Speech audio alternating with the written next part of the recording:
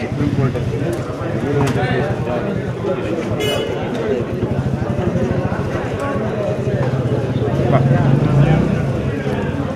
ಇವತ್ತು ಸುಪ್ರೀಂ ಕೋರ್ಟ್ನ ಅಂಗಳದಲ್ಲಿ ತ್ರಿಸದಸ್ಯ ನ್ಯಾಯಪೀಠ ಏನು ಇಡಿ ಕೇಸನ್ನು ಪ್ರಕರಣವನ್ನು ದಾಖಲೆ ಮಾಡಿತ್ತು. ಮನಿ ಲ್ಯಾಂಡ್ರಿಂಗ್ ಆ್ಯಕ್ಟ್ ಒಳಗಡೆ ಶಿವಕುಮಾರ್ ಅವ್ರನ್ನ ಬಂಧಿಸಿತ್ತು. ಬಂಧಿಸಿ ಏನು ರಾಜಕೀಯವಾಗಿ ಡಿ ಕೆ ಶಿವಕುಮಾರ್ ಅವ್ರನ್ನ ಬಂಧಿಸಬೇಕು ಅನ್ನೋ ಪ್ರಯತ್ನ ಮಾಡಿದ್ರು. ಈಗಾಗಲೇ ಅವರು ಜೈಲು ಕೂಡ ಈ ಕೇಸ್ನಲ್ಲಿ ಹೋಗಿ ಬರಬೇಕಾದಂಥ ಅನಿವಾರ್ಯ ಆಗಿತ್ತು.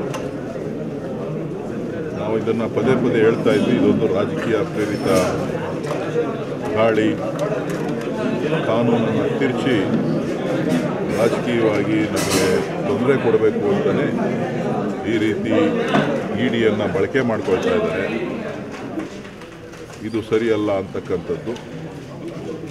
ಜೊತೆಗೆ ಈ ಪ್ರಕರಣ ಏನಿದೆ, ನಾವು ಪದೇ ಪದೇ ಡಿ ಕೆ ಶಿವಕುಮಾರ್ ಅವರು ನಾನು ಎಲ್ಲರೂ ಹೇಳ್ತಾ ಇದ್ವಿ, ಡಿ ಕೆ ಶಿವಕುಮಾರ್ ಅವರ ವ್ಯಾಪಾರ ವ್ಯವಹಾರ ರಾಜಕೀಯ ಜೀವನ ಎಲ್ಲವೂ ಕೂಡ ಪಾರದರ್ಶಕವಾಗಿದೆ. ಸೊ ಆ ಪಾರದರ್ಶಕತೆಯಿಂದ ಇರೋದ್ರಿಂದ ಯಾವತ್ತೂ ಕೂಡ ನಮಗೆ ನ್ಯಾಯಾಲಯದಲ್ಲಿ ಖಂಡಿತ ಜಯ ಸಿಗ್ತದೆ ಅನ್ನೋಂಥ ಭರವಸೆಯನ್ನು ಇಟ್ಕೊಂಡಿದ್ವಿ. ಸೊ ಆ ಒಂದು ನಿಟ್ಟಿನಲ್ಲಿ ಇವತ್ತು ತೀರ್ಪು ಹೊರಬಿದ್ದು ಏನು ಇಡಿ ಪ್ರಕರಣ ದಾಖಲಾಗಿತ್ತು ಅದು ಸರಿ ಇಲ್ಲ ಅಂತೇಳಿ ಆ ಕೇಸನ್ನು ವಜಾ ಮಾಡಿದ್ದಾರೆ. ನಾನು ಈ ಒಂದು ಆದೇಶವನ್ನು ಕೋರ್ಟ್ ತೀರ್ಪನ್ನು ಸ್ವಾಗತ ಮಾಡ್ತೇನೆ.